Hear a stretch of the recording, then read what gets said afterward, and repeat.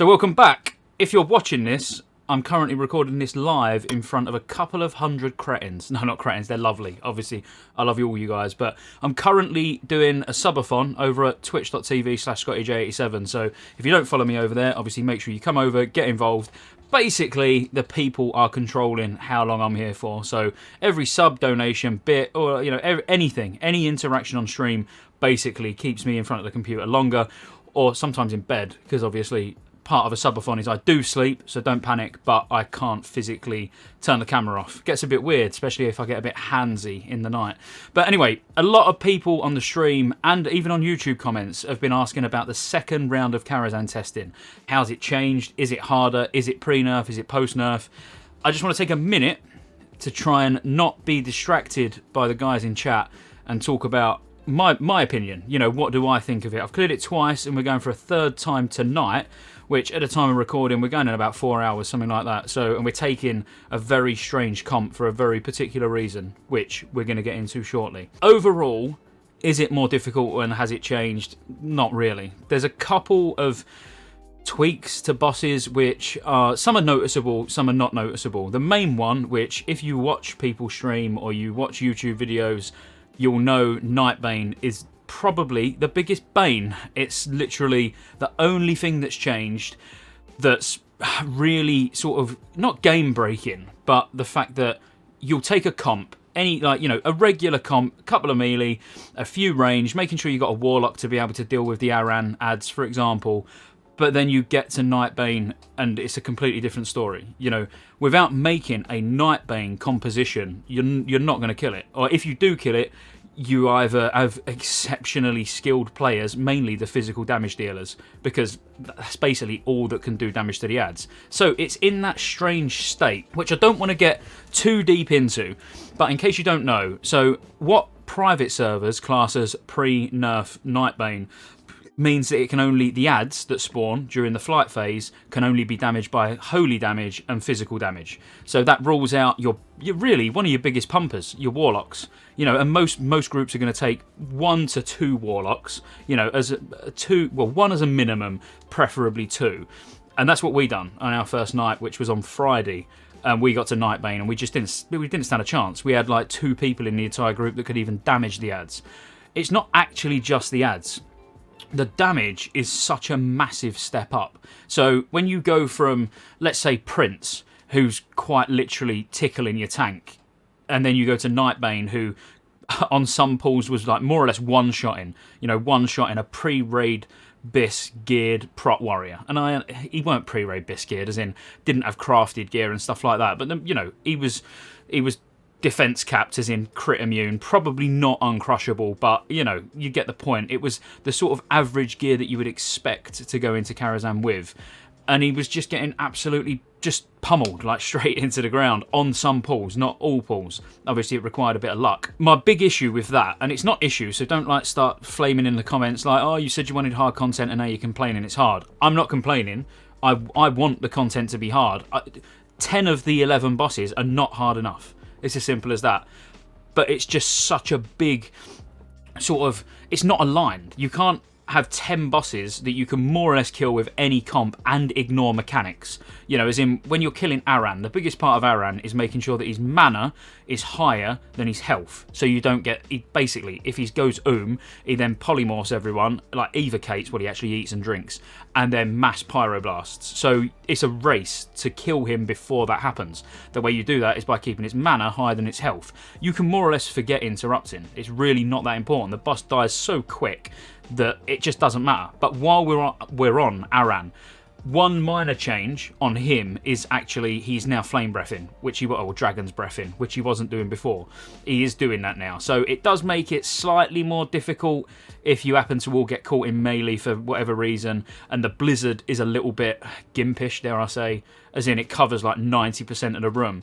Now I was stood in the animation but taking no damage, so I personally think it is actually more of an animation issue rather than a mechanical change or a mechanical issue, because it just seems like the effect is far bigger than the actual, like the damage zone, if you want to call it that. So Aran overall, and the ads, I should probably mention the ads, they've got a little bit more health. So I think they had like 40k. Someone can correct me in the comments, but it was about 40k.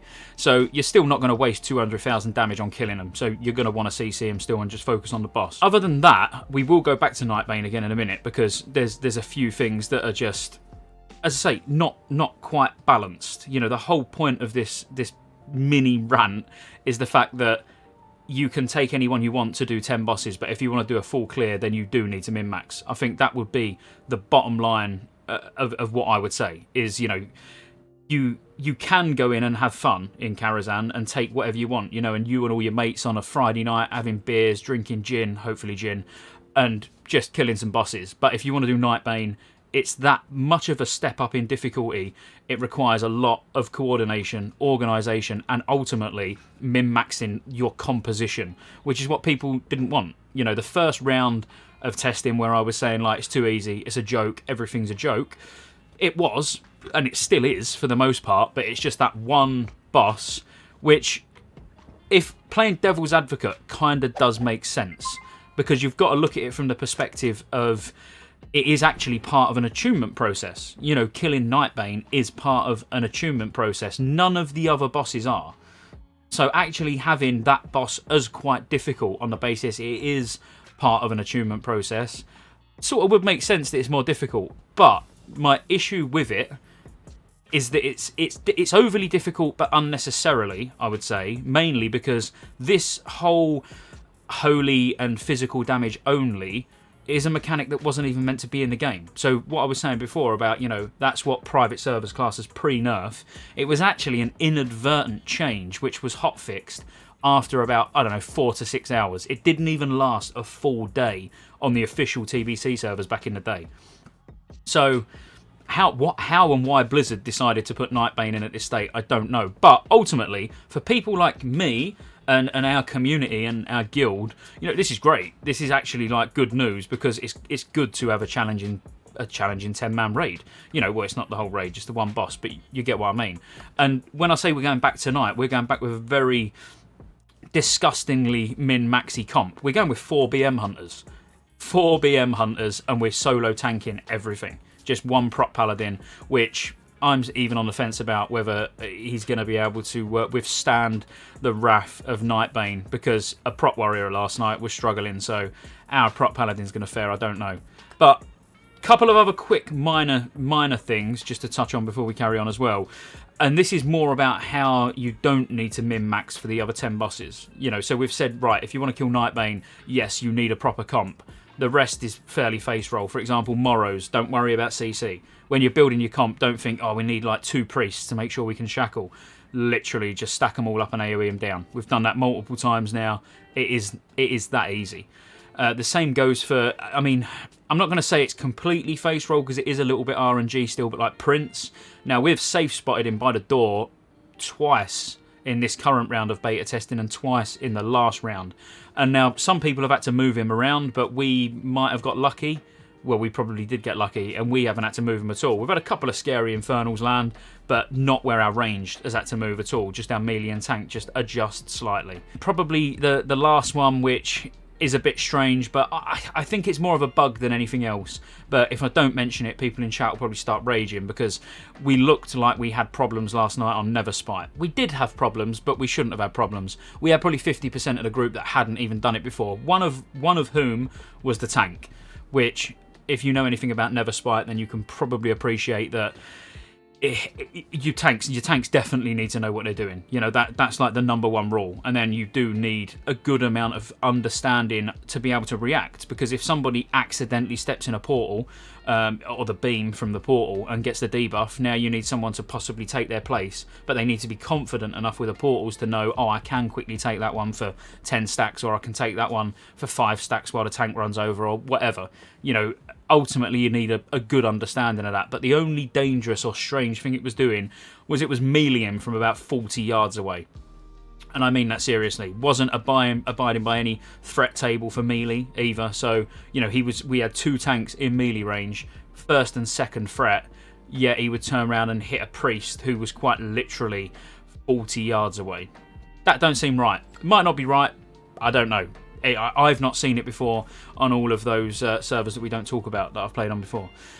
But anyway, that's about it. So all I really wanted to talk about, the difficulty overall, 10 of 11, easy. Nightbane, you need to min-max. And Nightbane, trust me, the adds, the damage they do is incredible. The damage the boss does, incredible. It's ultimately, it's so comp reliant with the fact that you can only do damage with holy and physical holy spells and physical abilities. But remember, if it is going to go live in this state, you've got, I don't know, let's say a couple of months to farm strat a lot. And if you don't know why you're farming strat, it's to get holy water, strat home holy water, because that way your whole raid can do 4 to 5k damage on all of the adds on every phase.